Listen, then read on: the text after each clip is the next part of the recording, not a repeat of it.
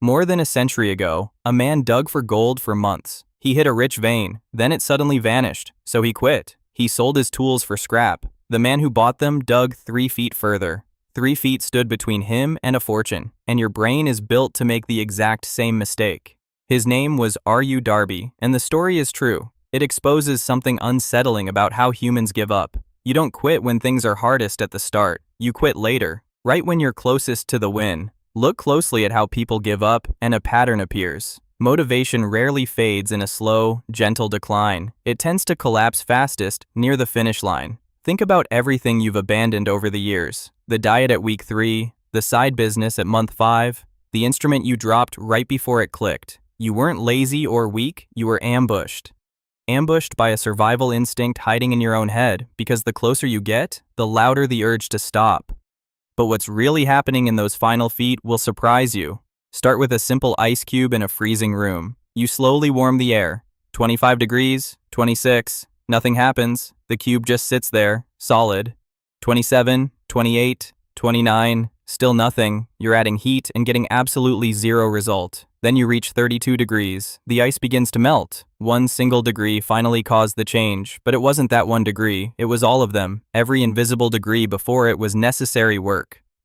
James Clear calls this the plateau of latent potential. Your effort is not lost when you see no results. It's being stored, like heat inside that frozen cube. Here's a number that should change how you think. Improve just 1% every single day. In a year, you don't end up a little better. You end up nearly 37 times better. But that growth is backloaded. It hides early. For weeks, 1% feels like absolutely nothing. The curve stays flat. Then it suddenly bends upward. And most people quit during the flat part. You have felt this yourself, even without naming it. You start a new language, and week 1 feels exciting. Then comes the middle, where progress seems to stall. You study for hours, but still can't really speak. That plateau is exactly where most learners give up, yet fluency was sitting just on the other side. The same trap waits in the gym, week after week. You train hard, but the mirror refuses to change. For a month, the work seems to do nothing. Then one day, the body you built simply appears. It was forming the whole time, just under the surface. But here's the cruel part your brain refuses to accept. The most important work often shows the least visible reward. Roots grow underground for years before a tree breaks the soil. Bamboo shows nothing for 5 years, then shoots toward the sky. The growth was always happening, you simply couldn't see it. And what your brain can't see, it refuses to trust. This is where the giving up point is quietly born. Your brain runs on a system called reward prediction. After every action, it asks one question: did that pay off? When effort brings a reward, dopamine rises. You keep going. When effort brings nothing, dopamine falls. You feel the pull to stop. There's a reason the middle drains you so completely. Your brain keeps a quiet ledger of effort and reward. Early on, small wins arrive fast and feel huge, but those easy wins run out as you go deeper. Soon, you're paying more effort for far smaller signs. The ledger tips into the red, and motivation bleeds out. Beginnings are exciting, endings are glorious, but the middle is where nearly everyone disappears. It's long, it's quiet, and nobody claps for you there. Learning to love that silence is the entire game. Now stretch that feeling over weeks of invisible progress. Day after day of real work with no visible win. Your brain reads that flat line as total failure. It screams at you, "This isn't working, cut your losses."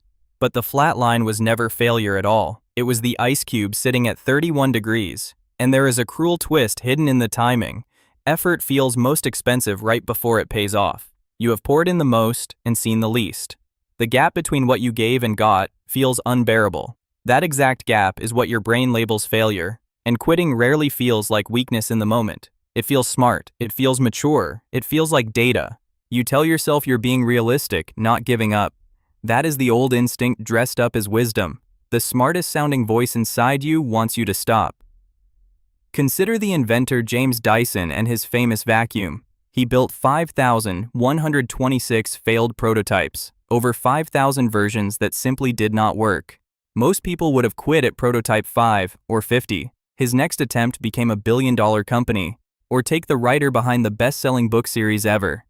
12 publishers read her manuscript and turned it down. 12 times she heard a polite, professional no.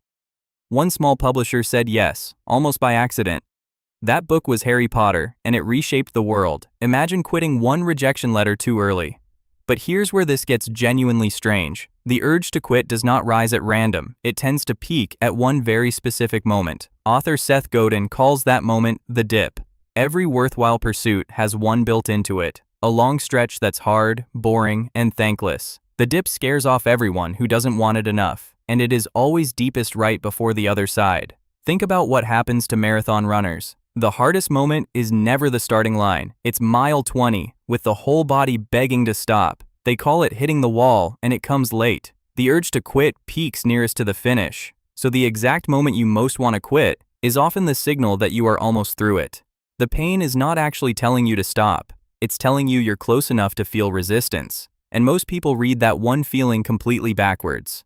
Here's what makes this so quietly tragic. The people who quit are rarely the lazy ones. They're the ones who tried hardest and came closest. You have to reach the goal to feel the urge to leave. The pull to quit is proof you were nearly there. So why on earth is your brain built this way?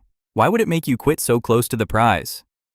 Here's the part almost nobody ever tells you. For nearly all of human history, this wiring saved your life. Your ancestors could not afford to waste precious energy. If digging or chasing showed no result, stopping was smart. Calories were scarce. A dead end could mean death. So the brain evolved one blunt rule for survival. No quick reward. Abandon it and move on. That rule kept your ancestors alive on the savannah. Scientists see the same rule in foraging animals. A bird strips the easy berries from a bush. As the bush thins out, each berry costs more effort. The instant effort outweighs reward, the bird flies off. That math kept creatures alive for 1,000,000 years. But a startup is not a thinning berry bush. Its richest fruit is buried at the very bottom. The modern world runs on delayed, compounding rewards. The things worth having pay out slowly, then all at once. Your ancient brain sees the delay and pulls the alarm. It mistakes a slow, invisible build for a dead end. The quitting instinct isn't broken, it's simply outdated. It's protecting you from a danger that no longer exists. And the moment you truly see that, the feeling loses its grip. R.U. Darby lost a fortune by just 3 feet. But he learned the lesson and never once forgot it. He became a hugely successful insurance salesman. Every time a customer said no, he pictured that gold. He kept digging through the no's, and it made him wealthy. So here is the single idea worth carrying with you. The urge to quit grows loudest right before the reward. That feeling is not a stop sign at all. It's a mile marker telling you that you're close. So here is a simple way to outsmart the instinct.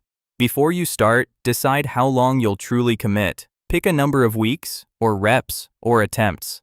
Then refuse to judge the result until you reach it. You take the decision away from your tired, lying brain. You give your effort the time it needs to compound. Next time you want to walk away, ask yourself one thing. Am I quitting because it's wrong, or because it's hard?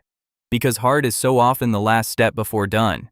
Think of how many fortunes sit 3 feet underground.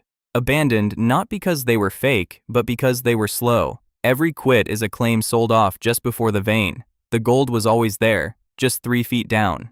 Most people simply stop digging a moment too soon. If you want to know why your brain craves the quick reward, the psychology of instant gratification is your next video.